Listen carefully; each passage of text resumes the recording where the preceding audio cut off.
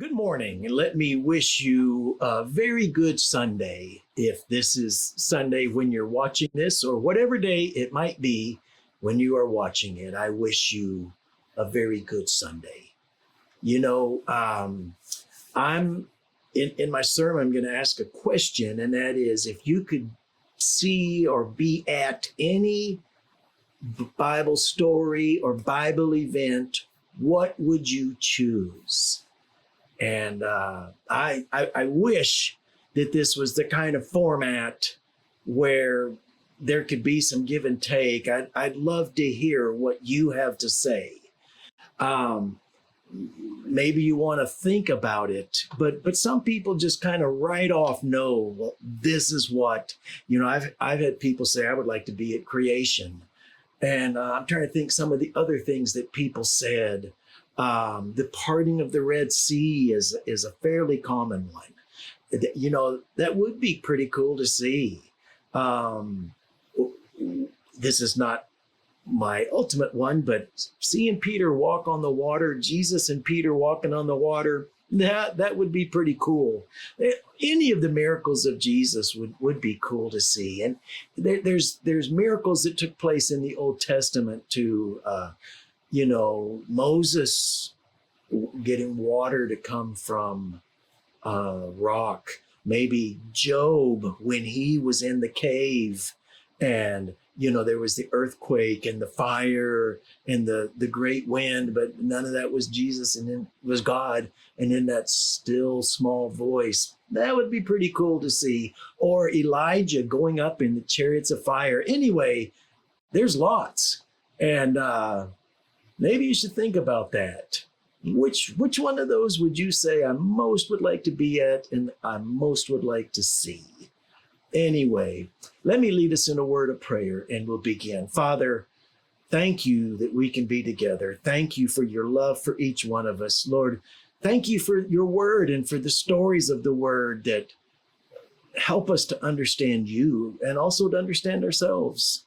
And Father, I pray that always that we will come to your word with open hearts and open minds, that you might say what you need to.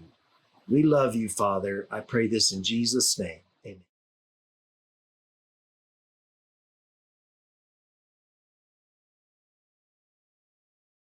If you could be at one story or event in the Bible, if you could pick one, what would that one be?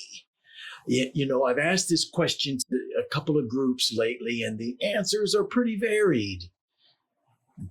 My answer, without a doubt, is today's story, Gethsemane. That, I know maybe that's weird, but that is 100% what I would want to see. I would love to be there and to watch and to be able to hear not just what is recorded, but what went on with Jesus. And, I just have a feeling that it would be emotional. Paul Faulkner used to say that when we get to heaven, there's going to be all these videos and we can pull them out and watch things. And if that's the case, I'm going straight for Gethsemane. I want to see that, even though I know it would be disturbing, and I do believe it would be deeply moving. We were in South Dakota vacationing, I don't know, at least 10 years ago. Maybe it was 15 or 20, I don't know. Maybe it was 20 years ago. But one of the things we were going to do was to go to the Passion Play at the Black Hills. And I'd always kind of heard of that Passion Play. And so we went. And one of the things I was very much looking forward to was seeing their depiction of Gethsemane. I could not have been more disappointed. It was nothing. It was nothing. And yeah, I kind of never forgiven them for that. Okay, be that as it may. Today, we're going to look at this story that I believe is foundational to who we are as a people. And so let me read to you this. Mark chapter 14, verse 32 through 42. They went to a place called Gethsemane, and Jesus said to his disciples, "Sit here while I pray." He took Peter, James, and John along with him, and he began to be deeply distressed and troubled. "My soul is overwhelmed with sorrow to the point of death," he said to them. "Stay here and keep watch." Going a little further, he fell to the ground and prayed that if possible, the hour might pass from him. "Abba, Father," he said, "everything is possible for you. Take this cup from me, yet not what I will, but what you will." Then he returned to his disciples and found them sleeping. "Simon," he said to Peter, "are you asleep? Couldn't you keep watch for 1 hour? Watch and pray so that you will not fall into temptation. The spirit is willing, but the flesh is weak." Once more he went away and prayed the same thing. And when he came back, he again found them sleeping because their eyes were heavy. They did not know what to say to him. Returning the third time, he said to them, "Are you still asleep and resting? Enough. The hour has come. Look, the Son of Man is delivered into the hands of sinners. Rise, let us go. Here comes my betrayer." So, as this story begins, it begins with kind of the Jesus that we have been reading about all through the Gospel of Mark. And that is he goes with his disciples to this garden called Gethsemane, and he says to them, "Sit here while I pray." Now, everything up to that point is pretty normal. That's normal Jesus doing a normal thing. Normal Jesus is finished. At the end of that sentence, it's not normal Jesus anymore. It is disturbed Jesus, if I can use that word. Because in verse 33, Jesus lets go of trying to control himself and lets go trying to take care of everybody else and allows himself to be real. I don't know if you've ever seen your dad cry. Usually when you see your dad cry, it kind of sets you back, right? And because most dads don't cry very often. Now some do, and so that's different. But I don't think they saw Jesus cry a lot. And as these emotions are pouring out of him, I think it took them back. Mark uses a word to suggest the greatest possible degree of horror and suffering. I think everybody that saw it, Peter, James, and John, they would all say, "We have never seen him like this." And I really believe they were taken back. Now, in a moment of this level of suffering, what does he do? He turns to prayer.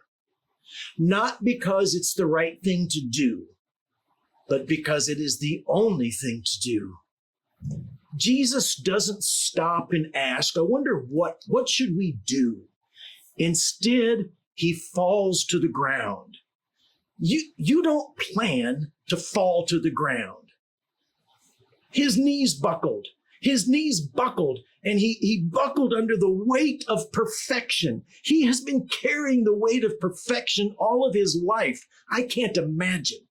But also he is carrying the anxiety of waiting, knowing that this is coming. He knows something really bad is coming, and it's going to involve a lot of suffering and a lot of pain. And he's just kind of been waiting for it. And he knows that now it's awfully, awfully close. But also he bears the sadness of the coming loss. I mean, his days with the disciples, it's over. That part is over. His part with his friends, Mary, Martha, Lazarus, that's over. His part with his mom, it's over. All of this is over. All the things that have been normal to him during his lifetime, whatever it was that he liked to do when he was at home, that's all over. And he would be suffering from the sadness of that. Also, the fear of an unseen adversary. He knows Satan is here. It's like he can smell him. He can hear him, but he can't quite see him. And that fear that comes with that, and the worry about being unable to do this. I absolutely believe that was a worry of Jesus's. And he is dealing with that anxiety right now. You know, laying on the ground is not the normal posture of prayer on his day. Normally, a person would raise their hands and pray standing. Now, when Jesus prayed all night, I don't know how he positioned himself, but I know how he is praying right now. It's not because it is the right posture, but because it is the only posture. You know, Jewish lament is something we see in the Psalms, and we are seeing it here with Jesus. Jewish lament that we read about in the Psalms is not focused on control or politeness. That's not their focus.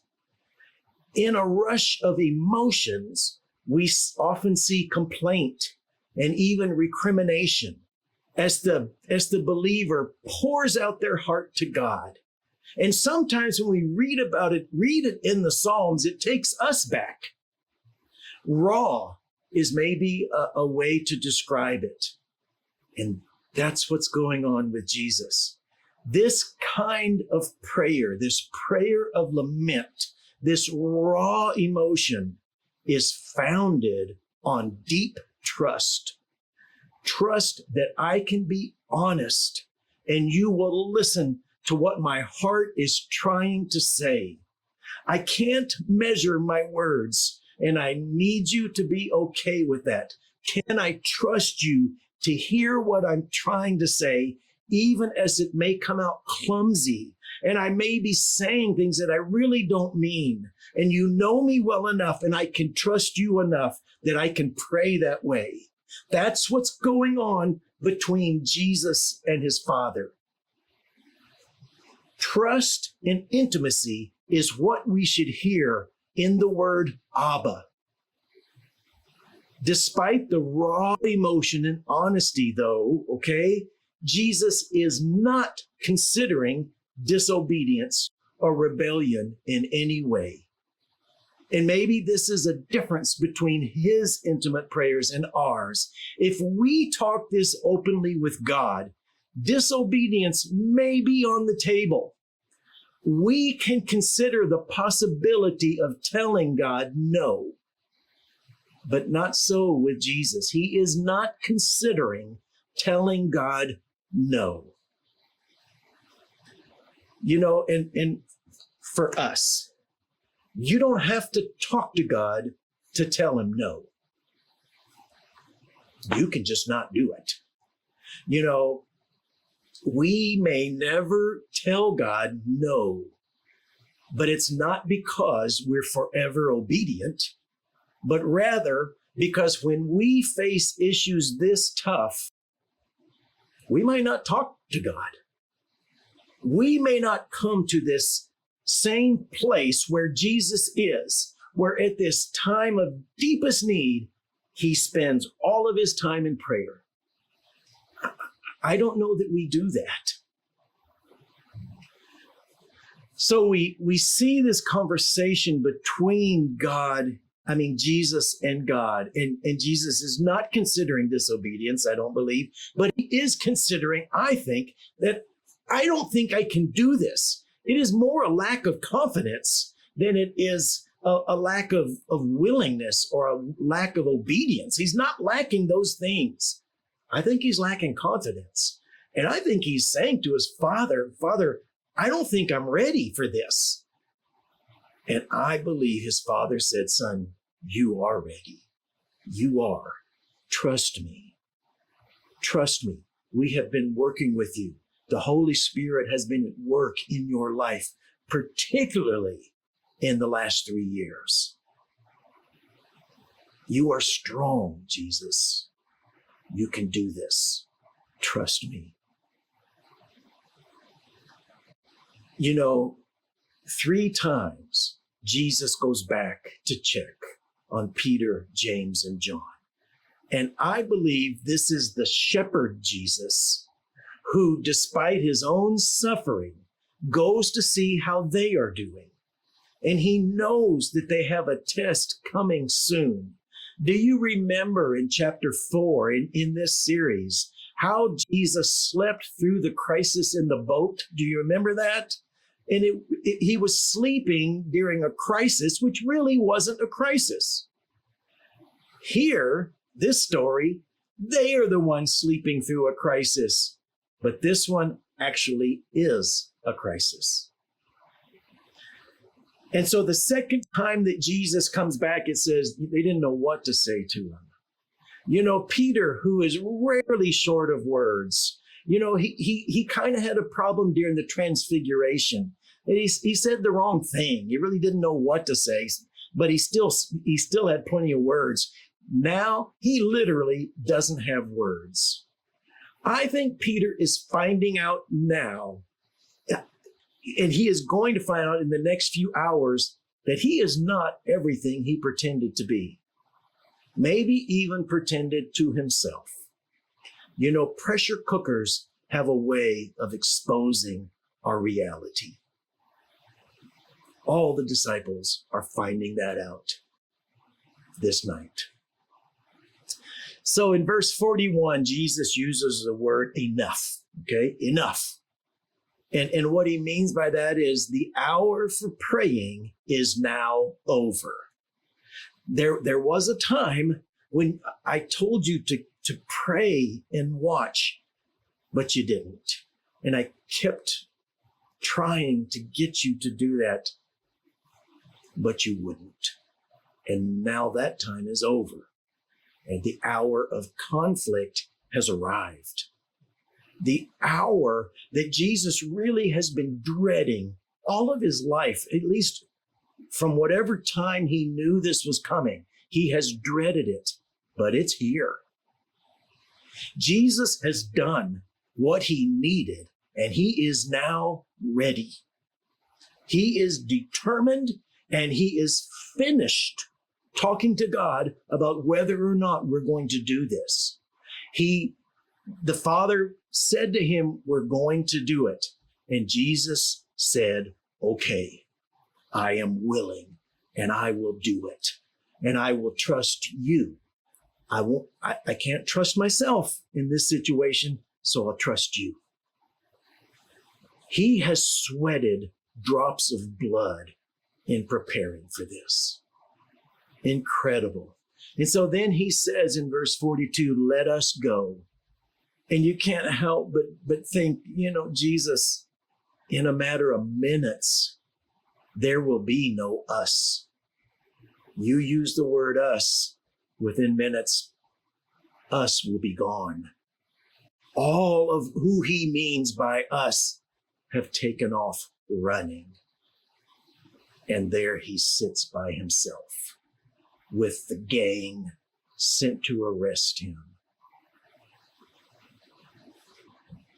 That's Gethsemane, and there's so many other angles I could have taken, but that's how I've chosen today to look at it. You know, in his book, The Imitation of Christ, Thomas à Kempis writes that it is one thing to be willing to suffer for things that make sense. It is another to willingly suffer for something which you don't agree or understand. How do you do when the word why is present? When you would ask God, why? Why me? Why this? Why would you let this happen? Why? When the why is present, how do you do in terms of submitting to that? How do you do when what is happening you would consider to be unfair? Right? I mean, I'm poking us in intimate places where we hurt because I don't like to suffer for things that are unfair. Things that I know that's not fair, God. They shouldn't have done that. He shouldn't have done that. There's no way. This isn't right. That's all tied in with the why.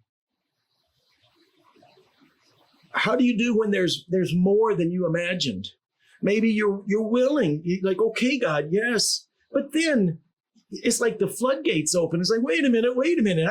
Did I say yes to all of this? This is what I said yes to? This is what I mean.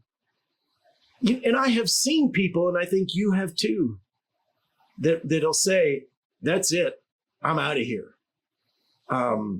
That's too much. That's not right. That's not fair. I don't get that. I don't agree with that. I don't understand that. I don't think that's right. I don't think I should have to do this. And those words, and people will say, I'm out of here. And they leave. Jesus could have done that at any moment. I can just imagine him saying, if one more punk spits in my face, or if one punch me one more time, punch me in the face one more time. You know, the decision to not give up was made in the garden. We need Garden of Gethsemane experiences. We need prayer experiences between us and God where we discuss with him openly and rawly. You know, the groups that I lead, the discipleship groups that I lead, have this built into as we grow as disciples. I tend to use the Appalachian Trail. There's also a cabin on the mountains that I use. And I will go to these places and spend considerable amounts of time in prayer and with God. And they're very beneficial. I have learned to really enjoy them. And I have tried all sorts of different things, and some of them have worked, some of them haven't. That's really not the point. What I have learned is to commune with God, and it's very healthy to me, and it's very healthy to everybody that's in the group. And everybody always comes back and talks about their experience and what it's like to set aside hours to spend with God. It's very helpful. We need these. We say prayers, but that's different. That's different, I think, than what Jesus did. And it's definitely different than what Jesus did in the Garden of Gethsemane. He didn't say a prayer. He prayed. He poured out his heart to God. Second thing I want to notice from this story is that Jesus told his disciples to watch, and he tells us the same thing. Therefore, keep watch, because you do not know when the owner of the house will come back, whether in the evening or at midnight or when the rooster crows or at dawn. If he comes suddenly, do not let him find you sleeping. What I say to you, I say to everyone, watch. The disciples did not keep watch. They were asleep. Now, what about me? And what about you? Because Jesus is telling us the same things. You know, and we live in a dangerous world where we need to watch. You know, we have politicians and media working together to try to manipulate us. We need to watch for that. Watch what they're doing to us, and don't let that. Instead, allow God, allow the Holy Spirit to lead us. That's very, very different. Watch. Social media is a relatively new danger. Laura and I were just talking about it. When we were raising kids, we didn't really face that. But kids today, social media is a powerful force. And man, oh man, it can really hurt people. Watch. You have to watch. Pay attention. Sexual perversions are everywhere. They've always been everywhere, but they're rampant. And sexual perversions have been able to use all of the technology that we have. And they've always done that. Sexual perversion has always crept into every aspect of life. Watch. You have to watch. Pay attention. Satan is a roaring lion seeking someone to devour. Watch. That's what Jesus is saying. And Jesus himself was watching. He was paying attention. He was talking to God about the very thing that was about to happen. That's what it means to watch. Pay attention. Talk to God about what really matters. That's the difference between saying a prayer and praying like Jesus did. The third thing I want to bring out here today is that we should interpret everything Jesus said in the context of the cross, not in the context of our society. When Jesus said, seek first the kingdom of God, let's put that in the context of the cross. Jesus didn't get caught up in the issues of Israel of his day. He wasn't rich. He wasn't concerned with being rich. He was concerned about what does my Father want? So when he says, seek first the kingdom of God, put that in the context of the cross, not in the context that our society would say it belongs. This too, as I have loved you, so you should love one another. Put that in the context of the cross. How much love do I owe? How much love do I owe this congregation? How much love do I owe the members? How much love do I owe my family? How much love do I owe? Well, put it in the context of the cross. Don't return evil for evil. How are we supposed to understand that? Understand that in the light of the cross. Forgive one another. How do we understand that? Understand it in the light of the cross. The level of faithfulness in intimacy and trust, love, obedience is meant to be imitated. The garden was the summation of a lifetime of praying in obedience. Jesus had prayed in obedience in all kinds of circumstances. He didn't need the circumstances to be particular. You know, when you are a beginning jiu-jitsu student, everything has to be exactly right. Oh, okay. You come at me. Okay, but come at me with your hands up. Okay, and grab me right here. No, right here. Okay, now I know how to defend against that. That's a beginning jiu-jitsu student. Now, as you progress and become more proficient, you don't need the circumstances to be, you know how to deal with whatever the person comes at you with. And that's Jesus. I think, you know, I can be obedient under certain circumstances with particular temptations, but there's others that get to me. Jesus practiced how to come at no matter what Satan throws at him, and Satan had thrown everything at him. We are to imitate that. The kingdom of God has always needed men and women who will submit to the lordship of Jesus, to the lordship of God. People willing for the Holy Spirit to lead them into dangerous territory that has always been a need of the kingdom. And Jesus was the epitome of this. And watching him here in Gethsemane, we see him at work. We see his heart, what was really deep down inside of him. But it wasn't just Jesus. It also included all the apostles, Paul, Barnabas, and all the early Christians, men and women. The key for everyone is Gethsemane. We watch Jesus in Gethsemane and we imitate that. Let me encourage you, find your Gethsemane. Let's bow in prayer. Father, we are in awe of Jesus.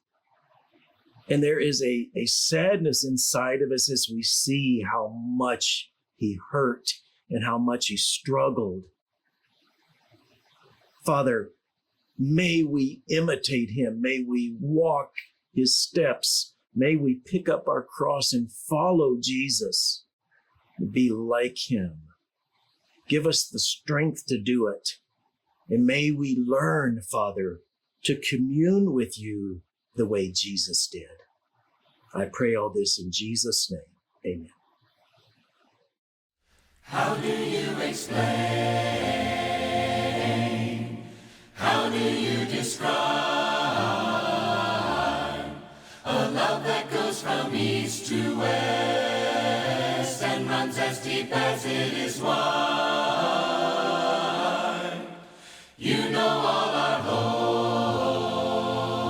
hopes, Lord, you know all our fears, and words cannot express the love we feel, but we long for you to hear. So listen to our heart, please listen. Hear our spirits sing, and hear us sing a song of praise, a simple song of praise from those you have redeemed. We will use the words we know to tell you what an awesome God you are. But words are not enough to tell you of our love, so listen to our hearts. If words could fall like rain from these lips of mine, and if I had 1,000 years, Lord, I would still run out of time. If you listen to my heart, every beat will say, thank you for the life, thank you for the truth, thank you for the way. So listen to our heart, please listen. Hear our spirits sing, and hear us sing a song of praise, a simple song of praise from those you have redeemed. We will use the words we know to tell you what an awesome God you are. But words are not enough to tell you of our love, so listen to our hearts. But words are not enough to tell you of our love, so listen to our hearts.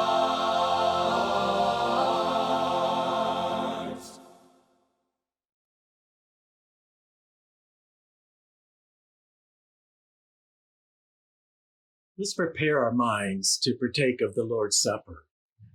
And this morning, I'm thinking of the Garden of Gethsemane. There just seems to be so many stages to the death, burial, and the resurrection of Jesus Christ. There was the Last Supper, and that's Jesus was in a certain mindset at that time, but as we have seen is in the Garden of Gethsemane, it was kind of a different mindset. And then, but the resolution that came from the Garden of Gethsemane, but then, the men with clubs and spears came and grabbed him and arrested him, and kind of the physical turmoil of the trial and even the mental anguish of that, and how hard that was. that seems to be another aspect. And the exhaustion as he was on his way to Golgotha to be crucified, and where he was literally at his breaking point. He just literally could not take another step. And so they took the cross off of him and let somebody else carry it. And that aspect of him hanging on the cross and the things that he said, and then the death, the burial, the resurrection, these are all different aspects of it. And then the effect that is had upon you and upon me, and that we live under that effect now as the people of God. Absolutely. And that affects everything. There's nothing in your life that doesn't affect. Nothing. And yet I feel like so much of it goes back to this, where Jesus said, Abba, Father, everything is possible for you. Take this cup from me, yet not what I will, but what you will. If I ever am not sure what to think about when I'm partaking of the Lord's Supper, I can always think about this. Not what I will, but what you will. Those words of trust and faith and obedience and submission, it's just mind-boggling to me. Absolutely. Let's bow in prayer, and I'll invite you to partake. Father, we think of Jesus. And there's so many ways to think of what he did. And we are so thankful, Father. Our response of thank you is always appropriate, Father, because we live our lives the way they are because of the way Jesus lived his life. And we are eternally grateful. I pray this in Jesus' name. Amen.